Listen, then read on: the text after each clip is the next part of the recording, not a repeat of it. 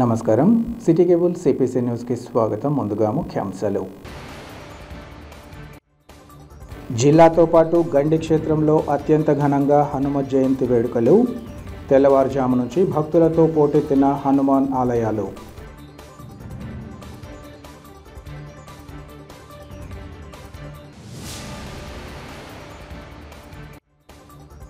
కడప నగరం శంకరాపురంలోని సిరికిరెడ్డి Prasad Reddy motor cycle దగ్ధం ఘటనపై పూర్తి స్థాయిలో విచారణ కొనసాగుతోంది. చిన్న సంఘటనలకు రాజకీయ రంగు పులిమే ఘర్షణ వాతావరణం నెలకొల్పినా చేయరాదని అడిషనల్ ఎస్పీ లోసారి సుధాకర్ సూచన.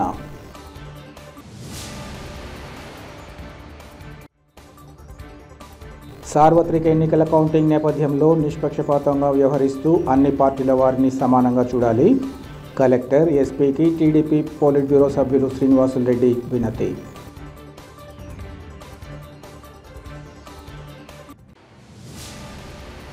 స్వామి భక్తి, కార్యదక్షత, అమేయ శక్తి సంపదలకు ప్రతిరూపమైన పవన కుమారుడు హనుమంతుడికి హనుమ జయంతి సందర్భంగా ఈరోజు భక్తులు ఘనంగా పూజలు నిర్వహించారు. కడప నగరంలోని అన్ని ఆంజనేయ స్వామి ఆలయాలు, రామాలయాలలో ప్రత్యేక పూజలు, అలంకారాలను నిర్వహించారు. ఉదయం 5 గంటల నుంచి స్వామి మూల విరాట్కు అభిషేకాలు చేసి కన్నుల పండుగగా అలంకారాన్ని నిర్వహించారు. పలు ఆలయాలలో భక్తులు మొక్కులు తీర్చుకునేందుకు సమర్పించిన వడలను మాలలుగా స్వామికి అలంకరించారు. మరికొన్ని చోట్ల భక్తులు స్వామికి ఆకుపూజ, కుంకుమ పూజ, సింధూర పూజలను నిర్వహించారు. ఉదయం 6 గంటల నుంచి స్వామిని దర్శించుకునేందుకు భక్తులను అనుమతించారు. దాదాపు అన్ని ఆంజనేయ స్వామి ఆలయాలను వెలుపల భారీ స్వాగత తోరణాలు, లోపల పూలు, ఇతర అలంకారాలు చేయడంతో ఆ ప్రాంగణాలు కళకళలాడాయి. కొన్ని ఆలయాల వద్ద ఉదయం, సాయంత్రం భక్తులు బారులు తీరారు. ఈ సందర్భంగా ఉదయం స్వామివారికి పంచామృతాభిషేకం, గణపతి పూజ, సూక్త హోమం, కలశ స్థాపన, దీపోత్సవం తదితర పూజలను నిర్వహించారు. కొన్ని చోట్ల పలు రంగుల ముత్యాలతో, మరికొన్ని చోట్ల నాగవల్లి దళాలు తదితరాలతో ప్రత్యేక అలంకారాన్ని నిర్వహించారు. కడపలోని పాత బస్టాండ్ వద్ద గల శ్రీ గాలిదేవర ఆంజనేయ స్వామి ఆలయంలో ఉదయం 5 గంటల నుంచి పూజలను ప్రారంభించారు. అభిషేకం, అలంకారం అనంతరం భక్తులను దర్శనానికి అనుమతించారు. స్థానిక భక్తులు విశేష సంఖ్యలో కార్యక్రమానికి హాజరయ్యారు. అలాగే గడ్డి బజార్లో గల శ్రీ సోమసుందర స్వామి ఆలయ ప్రాంగణంలో గల శ్రీ అభయాంజనేయ స్వామి హనుమాన్ జయంతిని పురస్కరించుకొని విశేష అలంకారం, పూజలను నిర్వహించారు.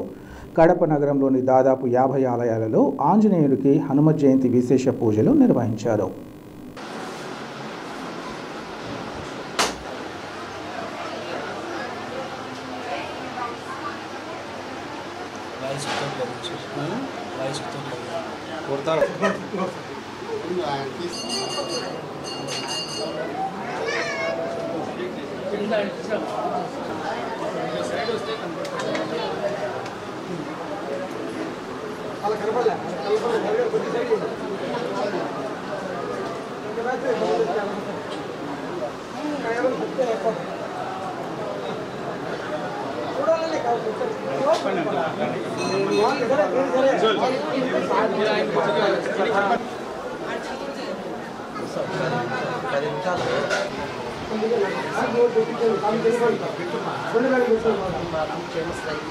విజయ ఆయురారోగ్య ఆచార్య ముఖ్యైన శ్రీయైన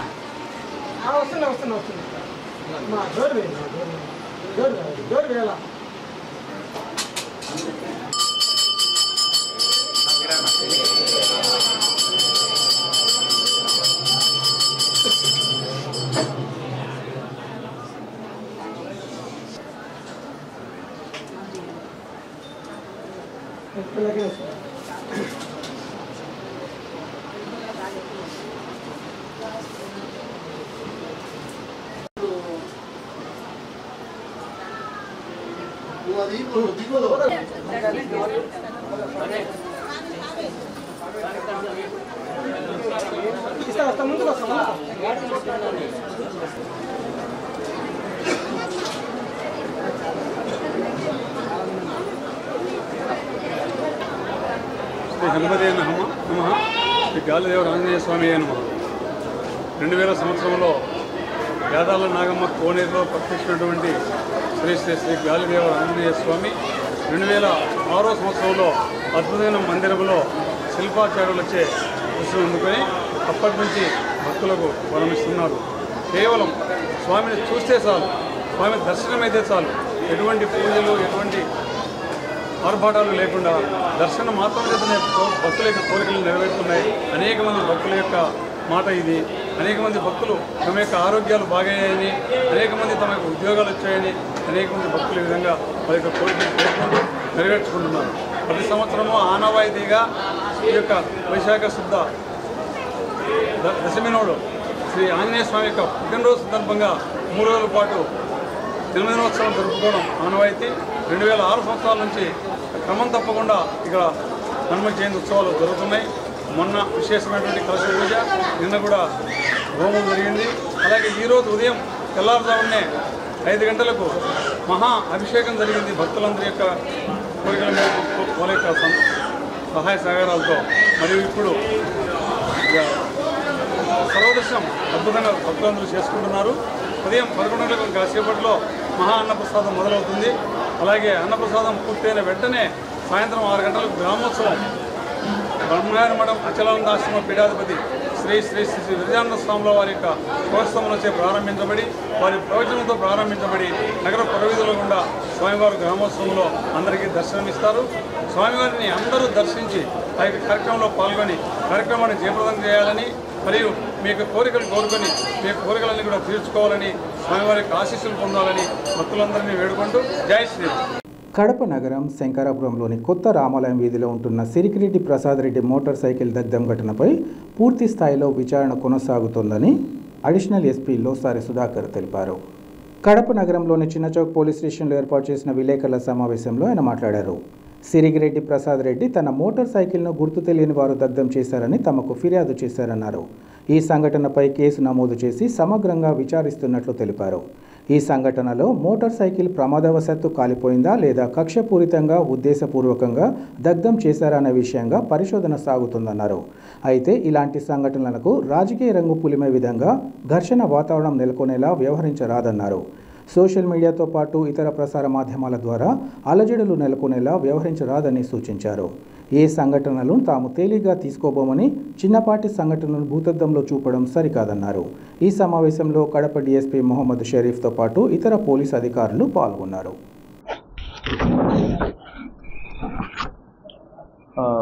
నమస్కారం అండి.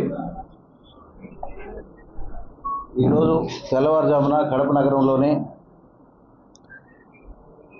రామాలయం కొత్త రామాలయం వీధిలో సిరిగిరెడ్డి ప్రసాద్ రెడ్డి గారి మోటార్ సైకిలు దగ్ధమైన విషయమై మీడియాలోను సోషల్ మీడియాలోను దానికి లేనిపోని విధంగా ఈ రాజకీయ వాతావరణాన్ని, రాజకీయ రంగును పులిమే విధంగా వార్తలు రావటం, అది వాస్తవానికి ఈ సిరిగిరెడ్డి ప్రసాద్ రెడ్డి అనే వ్యక్తి తన ఇంటి ముందు ఈ మోటార్ సైకిల్ని స్టాండ్ చేస్తుండగా రాత్రి సుమారు 2 గంటల తెల్లవారుజామున 2 గంటల సమయంలో మోటార్ సైకిల్ కాలుతున్నట్లు చుట్టుపక్కల వాళ్ళు గమనించటం, తర్వాత అక్కడ ఉన్న వాళ్ళు దాన్ని ఆర్పడం జరిగింది. అయితే ఈ విషయమై సిరిగిరెడ్డి ప్రసాద్ రెడ్డి గారు ఇచ్చినటువంటి ఫిర్యాదు మీద కేసు నమోదు చేసి దర్యాప్తు చేస్తున్నాము. ఈ విషయంగా సీసీ ఫుటేజీల ఆధారంగా తర్వాత లోతుగా దర్యాప్తు జరిపి కారకులు ఎవరైనా ఉంటే వారిని అరెస్ట్ చేయడం జరుగుతుంది. అయితే ఇక్కడ పోలీసులైన మా యొక్క విజ్ఞప్తి ఏంటంటే, అంటే లోకల్ సోషల్ మీడియాకి కానీ ఇతర మీడియాకి కానీ నాయకులకు కానీ దయచేసి సాధారణ సంఘటనల్ని అనవసరంగా అవి రాజకీయ రంగు పులివే విధంగా వ్యాఖ్యలు చేసే విధంగా దాన్ని అనవసర ఘర్షణ వాతావరణాన్ని తలెత్తుకోకుండా ఉన్న సంఘటన యథావిధిగా మాట్లాడవలసిన అవసరం ఉంది, చెప్పవలసి ఉంది. ఆ బాధ్యత అందరికీ ఉందని మేము విజ్ఞప్తి చేస్తున్నాం.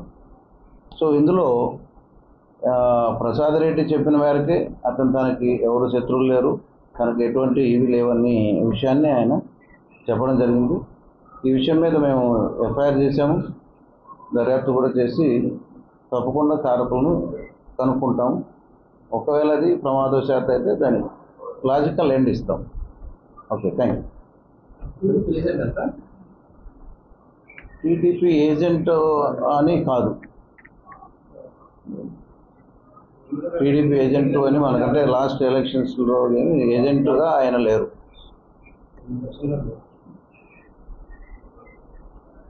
ఇది మీ మీడియా ద్వారా మేము క్లియర్గా అందరికీ విజ్ఞప్తి చేస్తాము. అందుకే ప్రశాంత వాతావరణంలో నగరం ప్రశాంతంగా ఉండాలి, జిల్లా ప్రశాంతంగా ఉండాలి. లేనిపోనివి చిలవల పలవలు చేసి రంగులు పోయటం ఏ ఒక్కరికి సబబు కాదు. ఖచ్చితంగా ఇది మేము ఇటువంటి వాటిని అతి లోతుగా పరిశీలించి మేము దర్యాప్తు చేస్తాము. ఏ సంఘటనని మేము తేలిగ్గా తీసుకోము.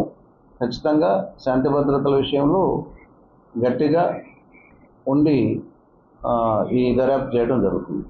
కొంతమంది టీడీపీ వ్యక్తులు మాత్రం టీడీపీ ఏజెంట్కి సంబంధించిన బైక్ రాత్రి 2 గంటల సమయంలో గుర్తు తెలియని వ్యక్తులు ప్రకటన చేశారని వాళ్ళ ప్రెస్ మీట్ పెట్టి కూడా చెప్పారు. గుర్తు తెలియని వ్యక్తులు ఎవరు, ఏమిటి, దేనికి సంబంధించిన వాళ్ళు అనే విషయాన్ని మన దర్యాప్తులో తేలిన తర్వాతనే మనం ఏదైనా కానీ ఒక నిర్ధారణకు రావాలి.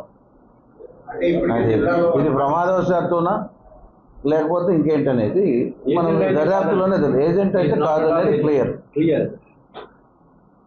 ఓకేనా, రైట్. జిల్లాలో ఇప్పటికే 144 సెక్షన్ అమల్లో ఉన్నప్పటికీ చిన్న గొడవలు ఎక్కడ ప్రాబ్లం ఉంటుంది?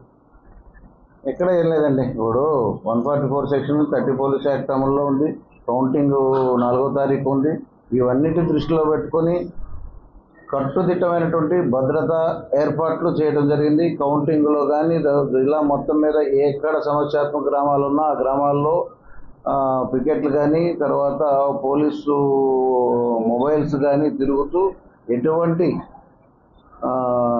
శాంతియుత జీవనానికి భంగం కలగకోకుండా అన్ని ఏర్పాట్లు చేసుకున్నాం. అయితే జూన్ 4వ తేదీ కౌంటింగ్ సందర్భంగా సిటీలోకి బస్సులు రాకూడదని కొన్ని ఆంక్షలు విధించినట్టు తెలుస్తుంది కొన్ని చర్చలు.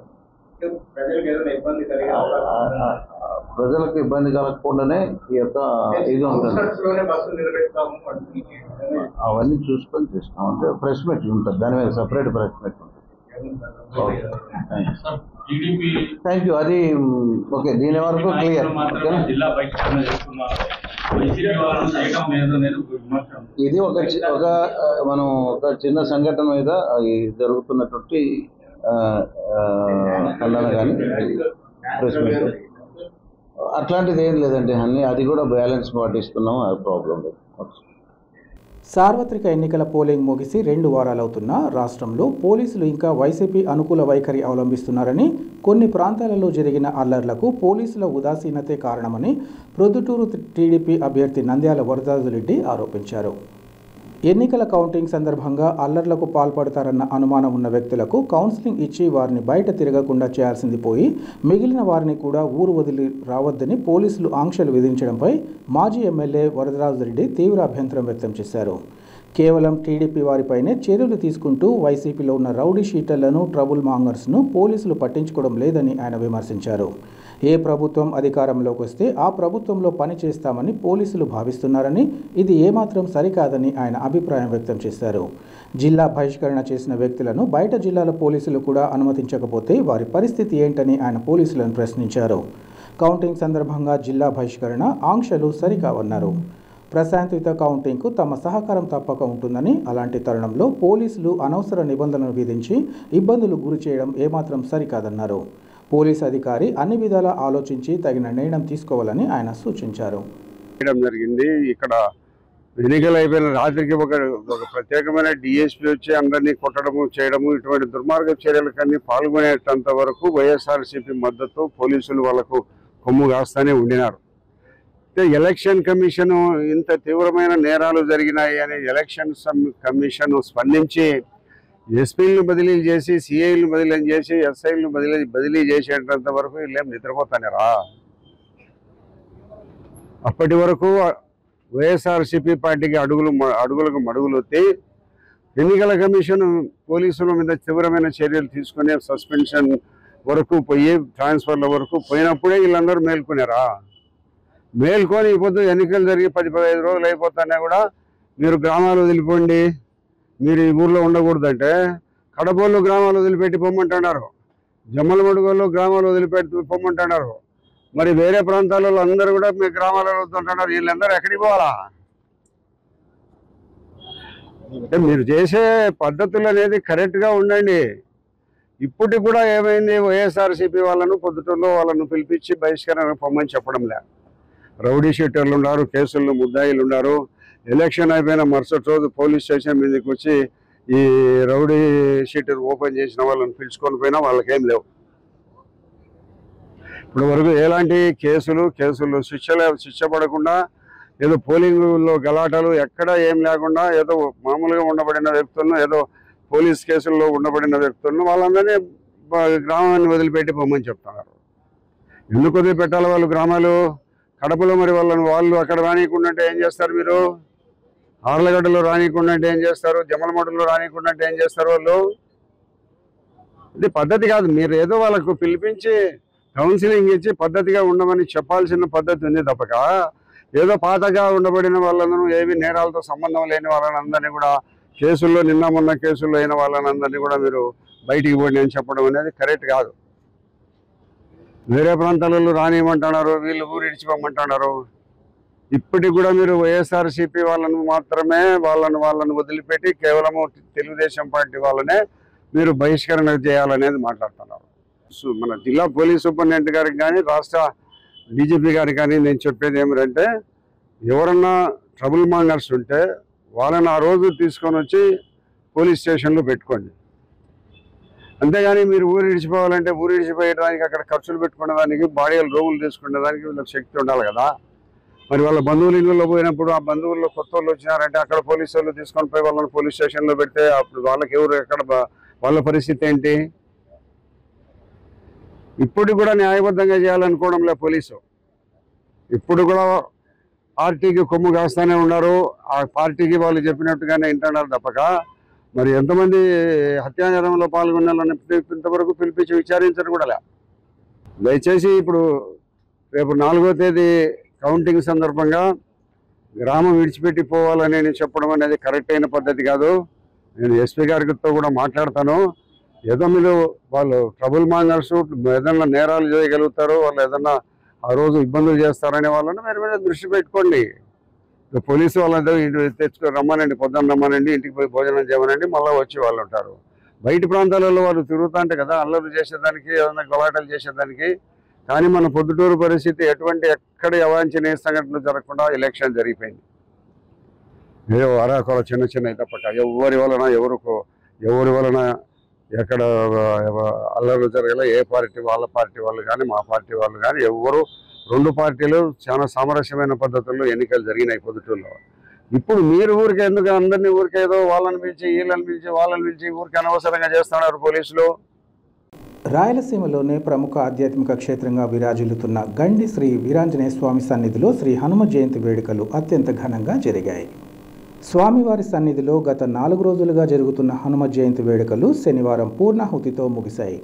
ఆలయ assistant commissioner Alavalapati Mukunda Reddy, chairman Kavali కృష్ణతేజల ఆధ్వర్యంలో ఆలయ ప్రధాన అర్చకులు కేసరి స్వామి, ఉప ప్రధాన అర్చకులు రాజాస్వామిలు ఈ కార్యక్రమాలను నిర్వహించారు. స్వామివారి దర్శన నిమిత్తం పలువురు ప్రముఖులతో పాటు రాయలసీమ జిల్లాలకు చెందిన భక్తులు అధిక సంఖ్యలో తరలిరావడంతో ఉదయం నుంచి ఆలయ పరిసరాలు భక్తులతో కిటకిటలాడాయి. తెల్లవారుజాము నుంచి క్యూ లైన్లో నిలబడి స్వామివారి దర్శనం చేసుకున్న భక్తులు ప్రత్యేక పూజలు నిర్వహించి మొక్కులు చెల్లించుకున్నారు. పూజలకు హాజరైన భక్తులకు ఇబ్బందులు తలెత్తకుండా చలువ పందిళ్లు, ఇతర సౌకర్యాలు కల్పించడంతో పాటు ఆలయ అధికారులు, పాలక మండలి సభ్యులు విశేష ఏర్పాట్లను చేశారు. పూజా కార్యక్రమాలను ఆలయ ప్రతినిధులు పర్యవేక్షించారు.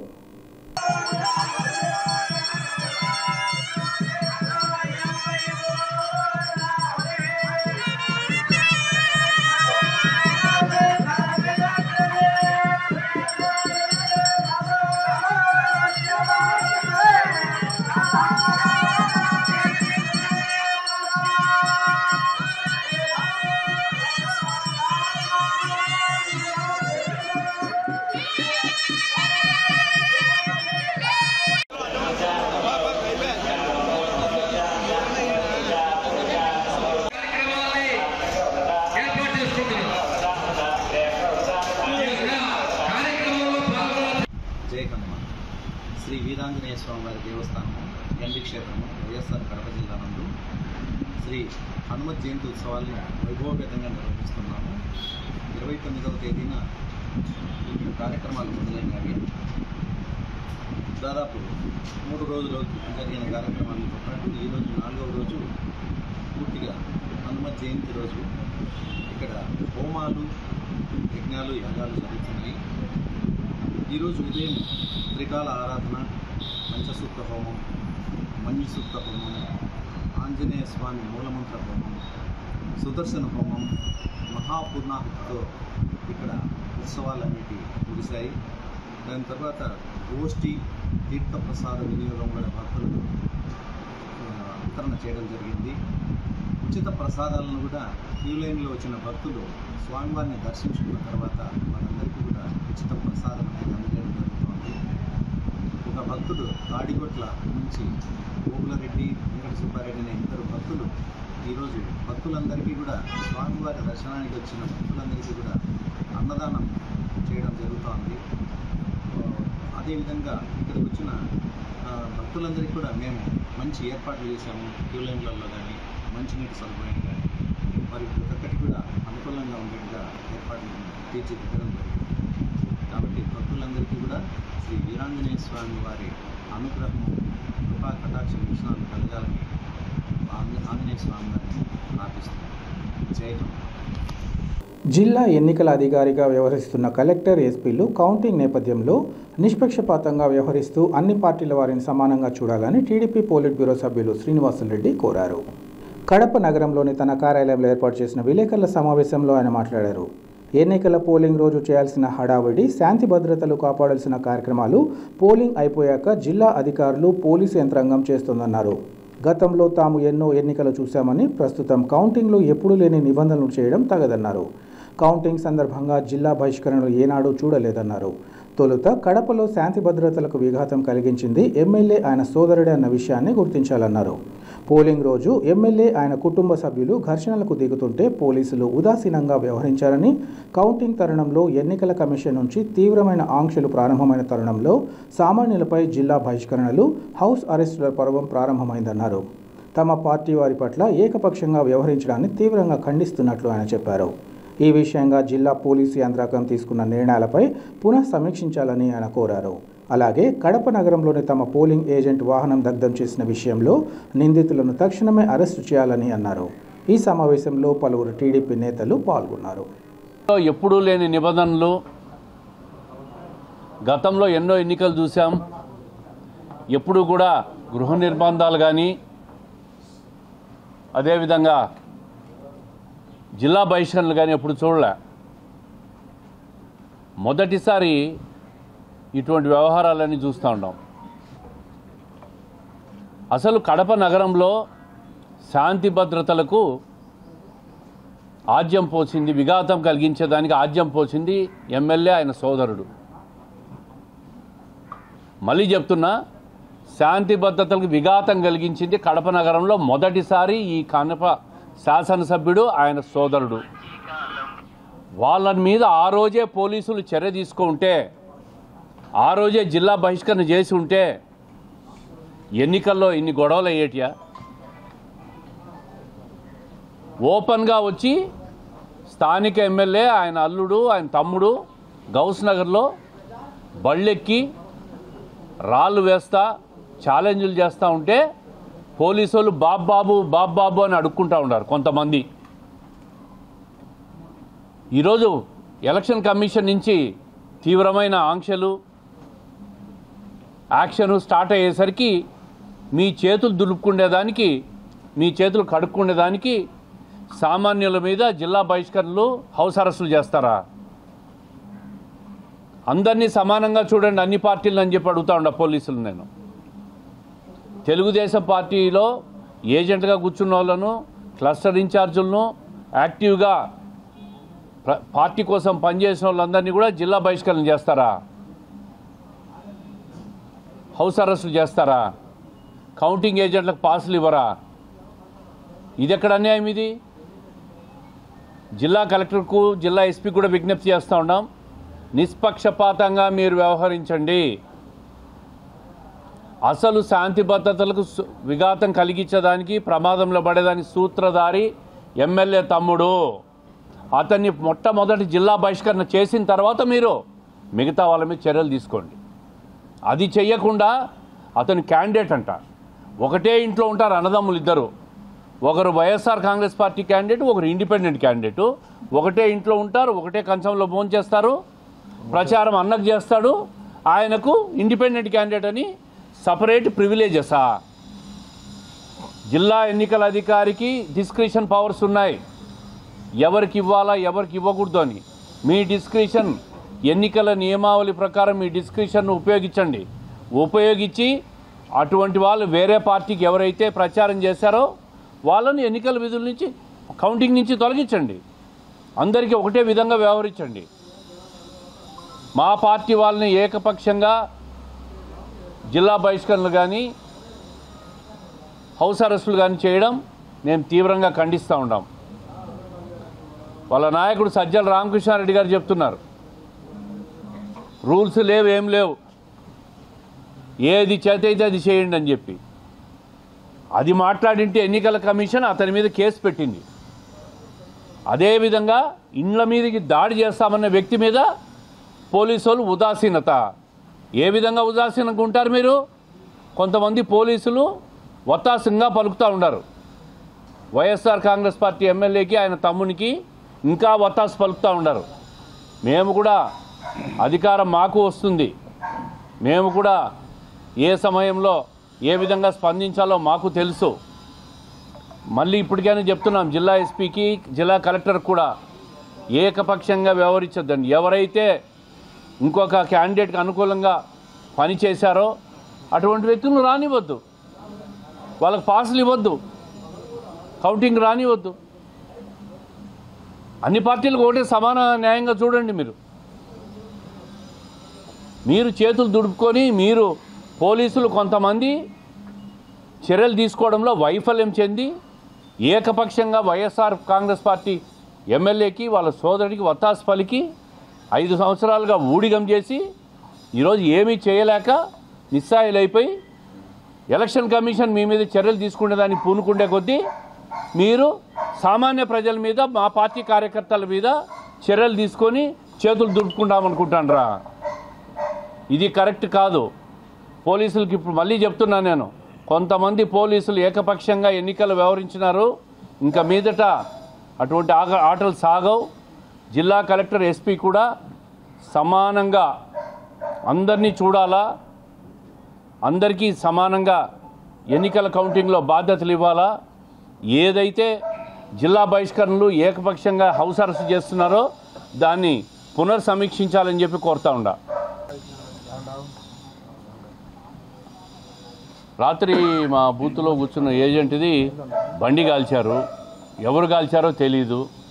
అర్ధరాత్రి 2 గంటల సమయంలో పోలీస్ కంప్లైంట్ ఇమ్మని చెప్పాం.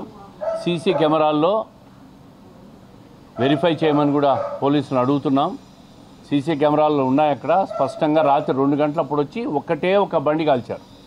మా పార్టీ తరపున ఏజెంట్గా కూర్చున్న వ్యక్తి బండి అది. దాని మీద పోలీసులు చర్యలు తీసుకోవాలని చెప్పి డిమాండ్ చేస్తూ ఉన్నారు కాబట్టి నేను చెప్తున్నా, అసలు జిల్లా బహిష్కరణకు అర్హుడు మొట్టమొదటిగా ఎమ్మెల్యే తమ్ముడు. అతన్ని బహిష్కరణ చేసి మిగతా వాళ్ళని బహిష్కరించండి. మేము అదే కోరుతూ ఉన్నాం. అతనే కదా ఓపెన్గా ఛాలెంజ్లు చేశాడు, ఇళ్ల మీదకి వస్తామని. శాంతి భద్రతలు విఘాతం కలిగించింది అతనే కదా. అతన్ని బహిష్కరించకుండా జిల్లా నుంచి మిగతా అమాయకులను బహిష్కరిస్తే ఏమొస్తుంది? అందుకే ఏకపక్షంగా ఉండొద్దు పోలీసులు అని చెప్పి చెప్తా ఉండా. ఇప్పుడు జిల్లా కలెక్టర్, జిల్లా ఎన్నికల అధికారి, ఎస్పీ గారు కలెక్టర్ ఆఫీస్కి వస్తున్నారు. అక్కడ పోతున్నాం, కంప్లైంట్ చేస్తాం. చేసిన తర్వాత వాళ్ళ నుంచి రాకుంటే ఎన్నికల కమిషన్ కంప్లైంట్ చేస్తాం. అవును, వైసీపీ వాళ్ళ మీద ఎవరి మీద చేయలే, తెలుగుదేశం పార్టీ వాళ్ళ మీద. ఇప్పుడు పోలింగ్ అయిపోయినాక 20 షీట్లంట. సార్వత్రిక ఎన్నికల్లో చివరి ఘట్టమైన కౌంటింగ్ ప్రక్రియను ప్రశాంతయుత వాతావరణంలో నిర్వహించేందుకు అన్ని రకాల చర్యలు చేపట్టామని ప్రొద్దుటూరు డీఎస్పీ మురళీధర్ తెలిపారు.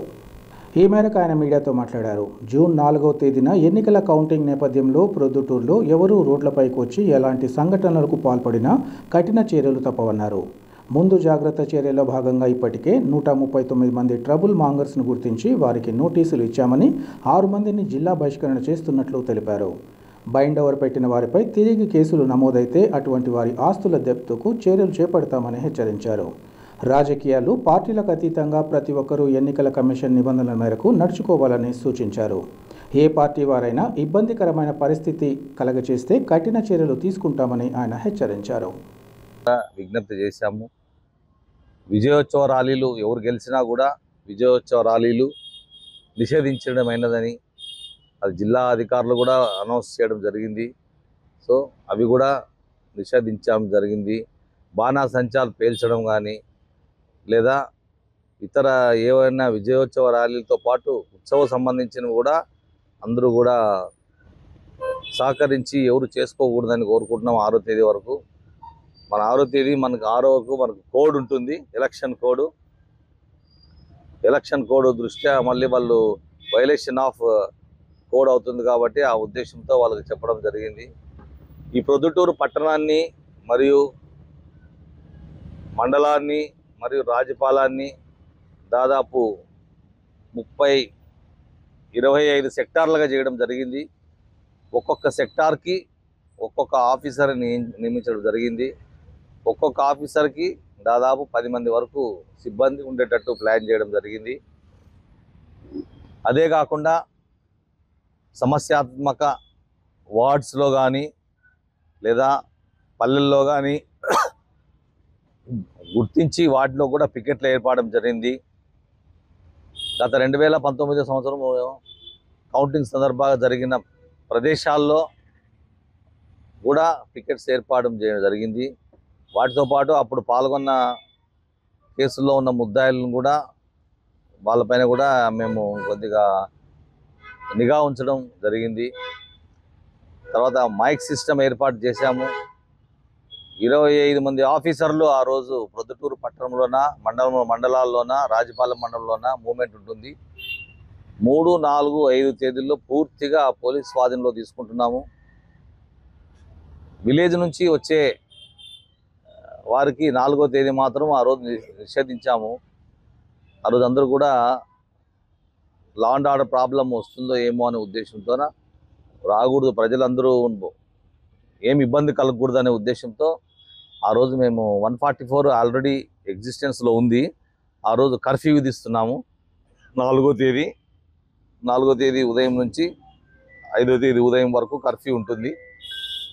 సో దాన్ని దృష్టిలో పెట్టుకొని ప్రజలకి టామ్ కూడా వేయడం జరుగుతుంది. అందరికీ మైక్ ద్వారా ఇన్ఫామ్ చేయడం జరిగింది. సదరు వ్యాపారస్తు సంఘాలందరికీ కూడా విజ్ఞప్తి చేయడం జరిగింది. ఆర్టీసీ వారికి కూడా విజ్ఞప్తి చేయడం జరిగింది. ఆ రోజు అందరూ కూడా ఒక కర్ఫ్యూ వాతావరణం ఉంటుంది కాబట్టి ఎవరు ఎక్కువగా తిరగకూడదని, ప్రయాణికులు కూడా వాళ్ళ ప్రయాణాలని 5వ తేదీకి వేసుకోవాలని లేకుంటే 5 లోపల వాళ్ళు వేసుకోవాలని కోరుకుంటున్నాము. ముఖ్యంగా మా దగ్గర ఉన్న సమాచారం మేరకు కొంతమంది మేము ట్రబుల్ మాంగర్స్ని మేము లిస్ట్ అవుట్ చేయడం జరిగింది. టీడీపీ, కాంగ్రెస్, వైసీపీ అన్ని పార్టీలకు సంబంధించిన వాళ్ళ యొక్క లిస్టు మేము తీసుకోవడం జరిగింది. దాంట్లో కొద్దిగా కొందరు విషయాల్లో కఠినంగా వ్యవహరించడం జరుగుతుంది. ఈరోజు వరకు అందిన సమాచారం మేరకు మేము దాదాపు 135 మందిని లిస్ట్ అవుట్ చేశాం, ఇరు వర్గాల వారిని. దాంట్లో అందరినీ బైండ్ ఓవర్ చేయించడం జరిగింది. 2-3 ఎక్కడో బెంగళూరులో ఉన్నారు వాళ్ళు తప్ప. తర్వాత దీంట్లో మరీ ఇంకా కొద్దిగా అగ్రెసివ్గా ఉన్న వాళ్ళని మేము కొద్ది మందిని గుర్తించాము, దాదాపు 18 మందిని. వారిని కూడా మేము కొద్దిగా కట్టడి చేయాలనే ఉద్దేశంతోన కొన్ని కార్యక్రమాలు చేస్తున్నాము. కొంతమందిని ఇంకా దాంట్లో అగ్రెసివ్గా ఉండి 3వ తేదీ వరకు మాకు ఏమన్నా ఇబ్బంది కలిగించే వాతావరణము సృష్టిస్తున్నారు అనే ఒక సమాచారం తెలిసి మాత్రం ఆ రోజు నైట్ లోపల కూడా కొంతమందికి ప్రొద్దుటూరు జిల్లా బహిష్కరణ కూడా ఏర్పాట్లు చేయడం జరిగింది. ఎలక్షన్ కమిషన్ రూల్స్కి ఇబ్బంది కలిగి ఉంటే మాత్రం వాళ్ళపైన కూడా కేసులు రిజిస్టర్ చేయడం జరుగుతుంది. రేపటి నుంచి పూర్తి స్థాయిగా బందోబస్తు అమల్లోకి వస్తుంది. రేపటి నుంచి ఎగ్జిట్ పోల్స్ వస్తున్నాయి కాబట్టి వాటిని దృష్టిలో పెట్టుకొని కూడా ఈవినింగ్ టైమ్స్ అంతా కూడా మేము పెట్రోలింగ్ ఎక్కువ ముమ్మరం చేస్తున్నాము. మనకు ఇతర జిల్లాల నుంచి కూడా ఫోర్స్ రావడం జరిగింది. ఈ ఫోర్స్ అన్ని డిప్లాయ్ చేయడం జరిగింది. రేపు ఎల్లుండి కూడా ఎవరైనా వైలేషన్ చేసి ఏదన్నా కొద్దిగా అల్లరి మూకలు వ్యవహారంగా వ్యవహరిస్తారని తెలిస్తే వాళ్ళ మీద కూడా ఇంకా కొంత కఠినమైన చర్యలు తీసుకోబోతున్నాము. బైండ్ ఓవర్లు చేస్తున్నాము. బైండ్ ఓవర్ చేసి కూడా కొంతమంది కేసుల్లో ఇరుక్కున్నారు. అటువంటి వారి మీద ఆస్తుల్ని జప్తు చేయడానికి ఆర్డర్స్ కూడా రెడీ చేశాము. కొద్దిమందికి అవి కూడా ఆర్డర్స్ సర్వ్ చేశాము. వాళ్ళ ఆస్తులు కూడా ప్రభుత్వం స్వాధీనం చేసుకోవడానికి ఒక 3-4 ఆర్డర్స్ కూడా వచ్చాయి. అవి కూడా అందరికి సర్వ్ చేస్తాం. ఇన్ని చేస్తున్నాము అంటే కేవలం ప్రొద్దుటూరులో ప్రశాంత వాతావరణం నెలకొనేదానికి మా యొక్క ప్రయత్నాలు. చెప్పడం వేరు, చేయడం వేరు. కాబట్టి దయచేసి ఆల్ పార్టీస్కి విజ్ఞప్తి, మరొక్కసారి ఎవరు కూడా విజయోత్సవాలు ర్యాలీలు జరుపుకోకూడదని, ఓడిన వారిని రెచ్చగొట్టే విధంగా ఎవరు చేయకూడదని మా యొక్క విజ్ఞప్తి చేస్తున్నాము. మా యొక్క సూచనలను, సలహాలను పాటిస్తారని ఆశించి ప్రొద్దుటూరు టౌన్ కానీ మండలాలు కానీ ప్రశాంతంగా ఉండేదానికి అందరూ సహకరిస్తారని ఆశిస్తున్నాము. Thank you. వార్తలు ముగించే ముందు ముఖ్యాంశాలు మరోసారి. జిల్లాతో పాటు గండి క్షేత్రంలో అత్యంత ఘనంగా హనుమత్ జయంతి వేడుకలు. తెల్లవారుజాము నుంచి భక్తులతో పోటెత్తిన హనుమాన్ ఆలయాలు.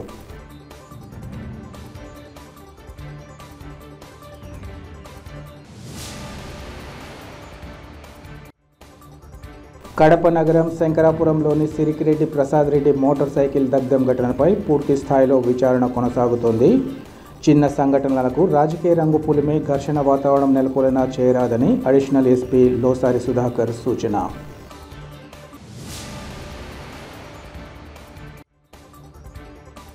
సార్వత్రిక ఎన్నికల కౌంటింగ్ నేపథ్యంలో నిష్పక్షపాతంగా వ్యవహరిస్తూ అన్ని పార్టీల వారిని సమానంగా చూడాలి. కలెక్టర్, ఎస్పీకి టీడీపీ పోలిట్ బ్యూరో సభ్యులు శ్రీనివాసులు రెడ్డి వినతి.